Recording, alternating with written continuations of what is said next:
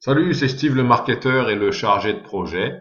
Je vais t'expliquer comment utiliser une de mes plateformes préférées pour la gestion de projet. Il s'agit de Teamwork. Donc, c'est une plateforme qui permet de collaborer, qui permet à tous les intervenants d'un projet ou de plusieurs projets de collaborer.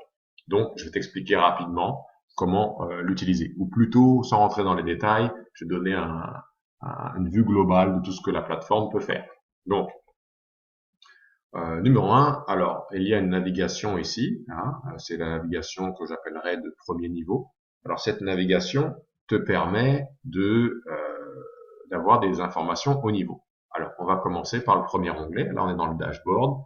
Le dashboard donne des informations sur tous les projets en cours, sur les dernières interactions dans la plateforme pour tous les projets. Donc les projets c'est les barres grises là. Et ensuite, vous avez ici une petite navigation de troisième niveau où vous pouvez voir les tâches en retard, les tâches d'aujourd'hui, les tâches à venir, etc., etc., etc. Je rentre pas dans les détails, évidemment. Ensuite, il y a un onglet qui s'appelle Everything. Donc en français, je pense que c'est vue globale.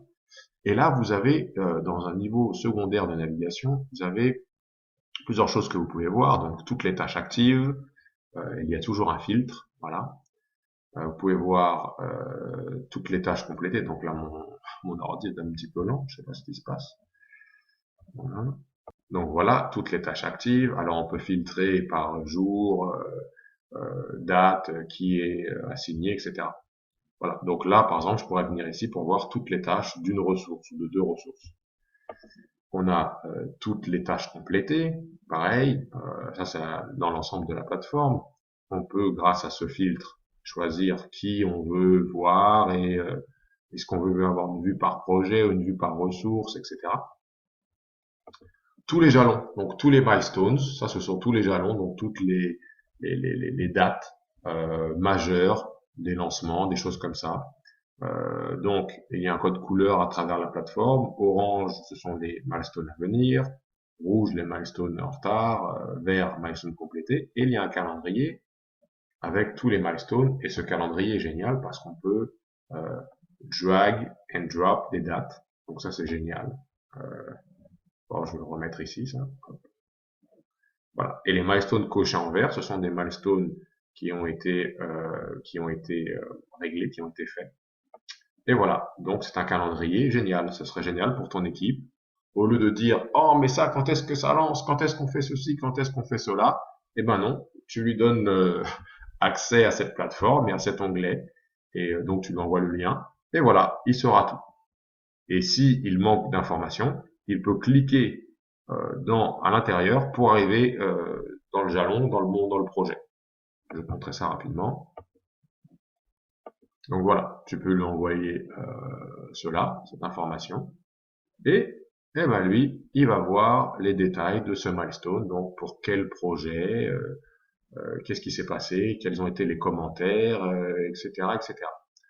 Donc, ensuite, nous avons, je vais revenir en haut, voilà. Ensuite, nous avons les messages, donc ça, sur les autres fonctionnalités pour l'instant, elles sont pas très importantes à haut niveau, mais bon, tu peux voir tous les messages, tous les commentaires, tous les fichiers, blablabla. Ensuite, je clique dans la vue projet. Alors ça, pour un gestionnaire de projet ou pour un directeur ou pour un gestionnaire d'équipe, ça c'est une vue fantastique. Euh, c'est une vue qui va, numéro un, te montrer le nombre de projets par catégorie. Voilà, donc combien de campagnes on a fait cette année, combien de ceci, combien de cela, voilà. Et puis les catégories, tu peux les gérer. Donc tu peux personnaliser cela à tes besoins. Ensuite, tu as une navigation ici de second niveau où tu peux voir tous les projets. Voilà, voilà, tu peux voir tes projets préférés auxquels tu as mis une petite étoile. Et les projets ici, en mode drag and drop, on peut les recatégoriser. Donc, je pourrais prendre ce projet et le catégoriser voilà, ici par exemple. Voilà. Donc, c'est génial d'un point de vue de l'expérience utilisateur. Tu peux voir les projets en cours, les projets en retard, les projets à venir, les projets complétés, les projets archivés et, ce qui est génial ici, tu peux voir un timeline de projet. Voilà. Donc ça, c'est un roadmap, c'est un plan de route où on voit les jalons de chaque projet. Donc voilà, le même code couleur, orange, vert et rouge. Donc rouge veut dire en retard, vert veut dire complété, orange à venir. Et donc voilà, on a un calendrier et on a les dates. Donc voilà, ça c'est quelque chose que tu peux, c'est un calendrier haut niveau pour les décisionnaires, donc gestionnaires d'équipe, directeurs, voire même un VP pourrait s'intéresser à quelque chose comme ça. Regardez un petit peu les dates. Donc quand est-ce qu'on lance, quand est-ce qu'on fait ceci, quand est-ce qu'on fait cela. C'est plus une vue pour les directeurs en fait. Et bon, pour une startup, c'est une vue géniale pour le propriétaire de la startup. En fait, pour tout le monde dans la startup en réalité. Donc voilà. Alors il y a aussi quelque chose de sympa ici. Là, on peut générer un rapport d'activité. Ça, c'est vraiment génial aussi. Alors pour l'instant, je vais générer un rapport avec tout ce qu'il y a dans la plateforme pour les 7 derniers jours. Alors je peux le générer au format PDF ou HTML et ça c'est génial. Un petit HTML comme ça et puis on a toutes les dernières interactions. Alors évidemment on peut choisir si je veux, je ne peux voir que les commentaires sur des milestones, etc.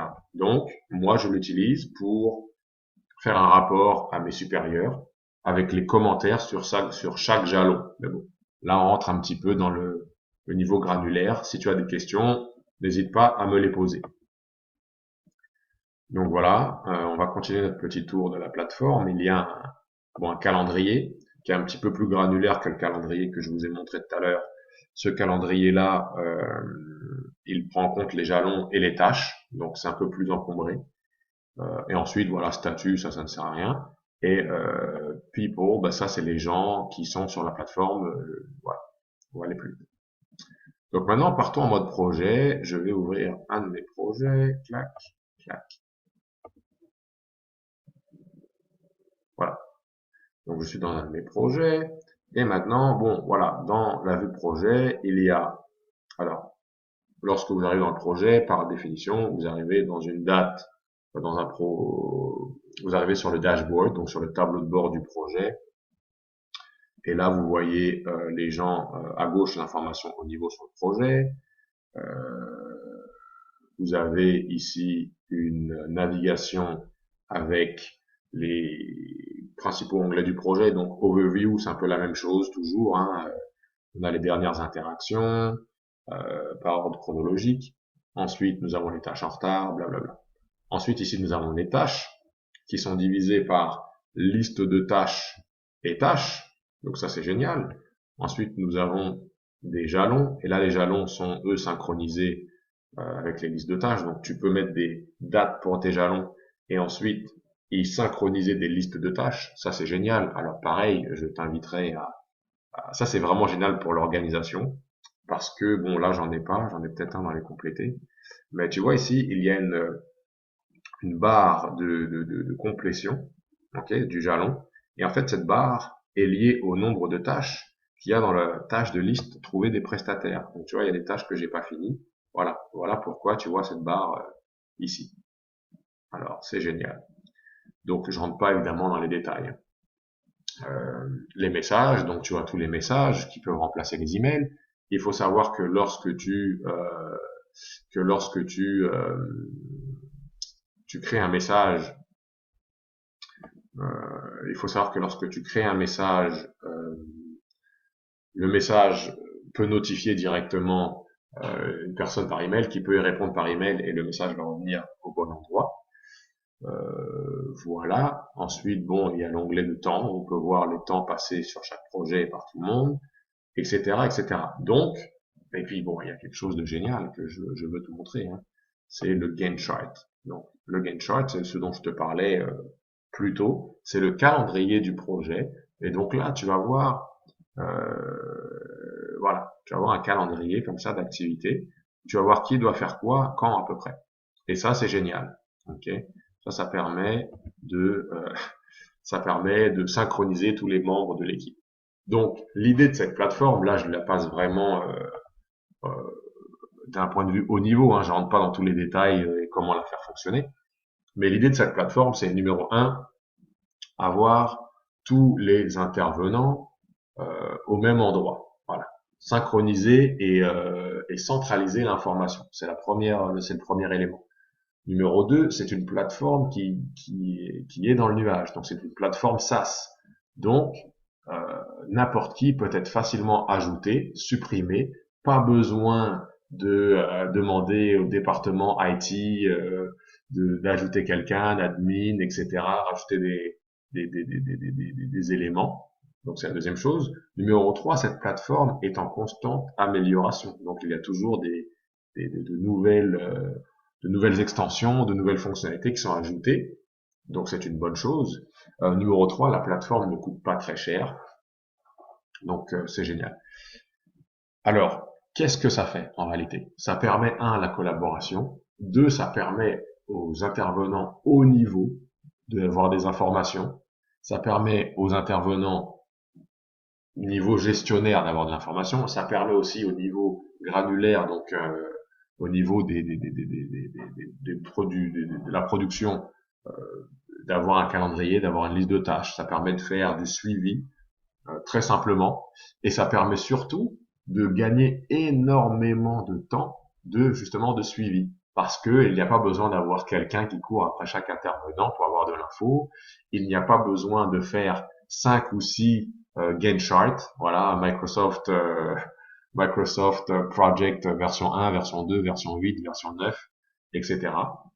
Ça permet d'importer des fichiers, ça permet de faire du versioning, donc des versions de fichiers très simplement. Il y a aussi une application mobile. C'est un produit que je recommande à quiconque doit travailler sur des projets et collaborer avec des gens. Donc voilà, si tu veux plus d'infos, ils ont une chaîne YouTube qui permet déjà un clic sur le lien en bas pour avoir plus d'infos sur leur site web. Et numéro 2, tu peux aller sur leur chaîne YouTube et tu vas voir des tutorats. Par contre, ils sont en anglais. Donc, si tu as des questions, pose-les-moi dans le groupe Facebook et j'y répondrai sans aucun problème.